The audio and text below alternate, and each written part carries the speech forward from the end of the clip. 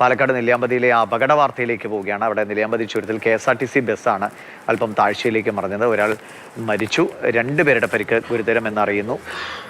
വാഹനം മരങ്ങളിലൊക്കെ തട്ടി നിൽക്കുകയാണുണ്ടായത്. അതുകൊണ്ട് കൂടുതൽ താഴ്ചയിലേക്ക് പോയില്ല. എല്ലാവരെയും തന്നെ ആശുപത്രിയിലേക്ക് മാറ്റുകയും ചെയ്തിട്ടുണ്ട്. ഇപ്പോൾ സംഭവ സ്ഥലത്ത് നിന്ന് ഗോകുൽ VS നമുക്കൊപ്പമുണ്ട്. ഗോകുൽ, മൃതദേഹം പുറത്തെടുക്കാൻ കഴിഞ്ഞിരുന്നോ? ഈ ഗുരുതരമായി പരിക്കുണ്ട് എന്ന് പറഞ്ഞ 2 പേരുടെ അവസ്ഥ എങ്ങനെയാണ്? അവരെ ഏത് ഹോസ്പിറ്റലിലേക്ക് എത്തിച്ചു? ഇപ്പോൾ ആ 2 പേരെയും ആശുപത്രിയിൽ ഗുരുതരമായി പരിക്കേറ്റ ആശുപത്രിയിലേക്ക് മാറ്റിയിട്ടുണ്ട്. അതായത് മൃതദേഹം പുറത്തേക്ക് എടുത്ത് അതും ആശുപത്രിയിലേക്ക്, നെന്മാറയിലുള്ള ആശുപത്രിയിലേക്ക് മാറ്റിയിട്ടുണ്ട്. നെല്ലിയാമ്പതി മേഖലയിൽ നിന്ന് ഇങ്ങോട്ട് വരുമ്പോൾ, പാലക്കാട് ഭാഗത്തേക്ക് വരുമ്പോൾ ഇതൊരു ചുരമാണ്. ഈ ചുരം വളവിലാണ് ഈ അപകടം ഉണ്ടായത്. വളവിൽ വെച്ച് ഏതോ കാരണത്താൽ നിയന്ത്രണം നഷ്ടപ്പെട്ടാണ് ഈ ബസ് ഇങ്ങോട്ട് താഴ്ചയിലേക്ക് നീങ്ങിയത്. പക്ഷേ ഭാഗ്യം കൊണ്ട് അവിടെ ഒരു മരക്കൊമ്പിൽ ഇടിച്ചു നിന്നതിനാൽ കൂടുതൽ താഴ്ചയിലേക്ക് ബസ് വീണില്ല. അവിടെ ഒരു മരമുണ്ട്, ഒരു തേക്ക് പ്ലാന്റേഷൻ ആണ്. ആ തേക്ക് മരത്തിൻ്റെ ഭാഗത്തേക്ക് അത് ഇടിച്ച് നിൽക്കുകയാണ് ഉണ്ടായത്. ആ സമയത്ത് ആ അപകടം നടന്ന ഉടനെ തന്നെ ഇവിടേക്ക് എത്തിയ കുറച്ച് ആളുകൾ നമ്മളോടൊപ്പം ചേരുന്നുണ്ട്. ചേട്ടാ, എപ്പോഴാണ് ഇവിടെ എത്തിയത്? അപകടം നടന്നത് ഇവിടെ ഏകദേശം 10 മണിയായി. 9 മണിക്ക് നൂറിൽ നിന്ന് എടുക്കുന്ന വണ്ടിയാണ്, സ്ഥിരം വരുന്ന വണ്ടികളാണ്. അപ്പോൾ അതിനകത്ത് യാത്രക്കാർ തുടർന്നുള്ളതാണ് കൂടുതൽ യാത്രക്കാരായിട്ടുള്ളത്.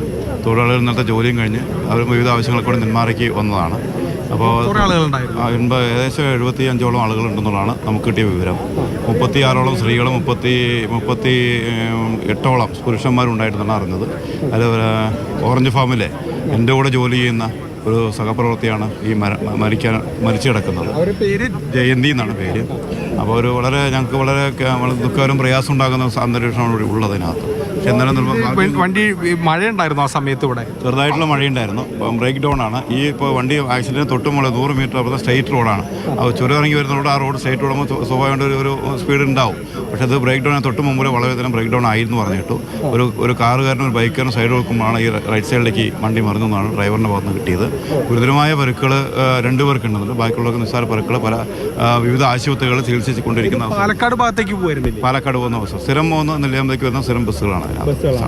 ഈ സൈഡ് കൊടുത്തു എന്ന് പറയുന്ന അതൊരു ബൈക്കാരൻ കൊണ്ട് നെല്ലിയാമ്പതി കയറി പോകുന്ന ബൈക്ക് ഈ ഇടിച്ചതിൻ്റെ തൊട്ടപ്പുറത്തുള്ള വളവിലാണ്. ബൈക്കിന് സൈഡ് കൊടുത്തപ്പോഴാണ് സൈഡിൽ മാറി എന്നുള്ളതാണ് ഡ്രൈവർ പറയുന്നത്. അത് എത്രത്തോളം ശരിയെന്ന് നമുക്കതിനെക്കുറിച്ച് അറിയില്ല. എന്തായാലും വളരെ ഒരുപാട് പേർക്ക് ചെറിയ പരിക്കുകളുള്ളൂ. ബാക്കിയുള്ളവർക്ക് 2 പേർക്കാണ് കൂടുതൽ സീരിയസ് ആയ പരിക്കുള്ളത്. ഒരാളാണ് മരണപ്പെട്ടത്. എൻ്റെ കൂടെ ചെയ്യുന്ന തൊഴിലാളി എന്നതിലേക്ക് വലിയ പ്രയാസം ഞങ്ങൾക്ക് ആ കാര്യമുണ്ട്. എന്തായാലും ഈ പരിക്ക് പറ്റിയ ഒരു ആശുപത്രിയിലേക്ക് മാറ്റിയിട്ടുണ്ട്. കൂടുതൽ ആളുകൾ ഇവിടേക്ക് ഈ അപകട വാർത്തയൊക്കെ അറിഞ്ഞ് എത്തുന്നുണ്ട്. നെന്മാറ MLA ഇവിടേക്ക് എത്തിയിരുന്നു. ഇപ്പോൾ അദ്ദേഹവും ഇവിടെയുണ്ട്. നെന്മാറ MLA കൂടി നമുക്ക് കാര്യങ്ങൾ ചോദിക്കാം. ഇപ്പോൾ MLA എങ്ങനെയാണ് നിലവിലെ സ്ഥിതി? എന്താണ് ഇപ്പോൾ കൂടുതൽ ആളുകൾക്ക് ഇനി ഏതെങ്കിലും തരത്തിൽ പരിക്ക് ഉണ്ടാകാൻ സാധ്യതയുണ്ടോ? എങ്ങനെയാണ്? പരിക്ക് പറ്റിയിട്ടുണ്ട്. ഇനി ആ പരിക്കിൻ്റെ വ്യാപ്തിയെല്ലാം കൂടുതൽ ചികിത്സിക്കുമ്പോഴേ നമുക്ക് മനസ്സിലാക്കാൻ വേണ്ടി കഴിയൂ. എന്തായാലും അപകട നിലയില്ല എന്നുള്ള ഒരു വിശ്വാസത്തിലാണ് നമ്മൾ ഇപ്പോഴും ഇരിക്കുന്നത്. ഇവിടെ ഇപ്പോൾ ഒരാൾ മരണപ്പെട്ട വിവരം അറിഞ്ഞു കാണുമല്ലോ.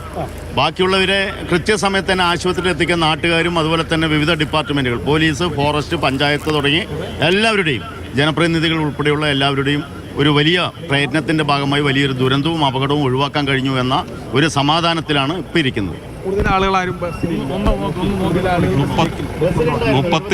36 ആണുങ്ങളും 35 സ്ത്രീകളും ഒരു കുട്ടി ഉൾപ്പെടെ 72 പേരുണ്ട്. അതിലെ 6 പേരെ ജില്ലാ ആശുപത്രിയിലേക്ക് ഇത്തിരി ഗുരുതരമായിട്ടുള്ള പരിക്ക് കാരണം മാറ്റിയിട്ടുണ്ട്. ശരി, ഗൂഗിളെ ജയന്തി എന്ന സ്ത്രീയാണ് മരിച്ചതെന്നാണ് മനസ്സിലാക്കുന്നത്.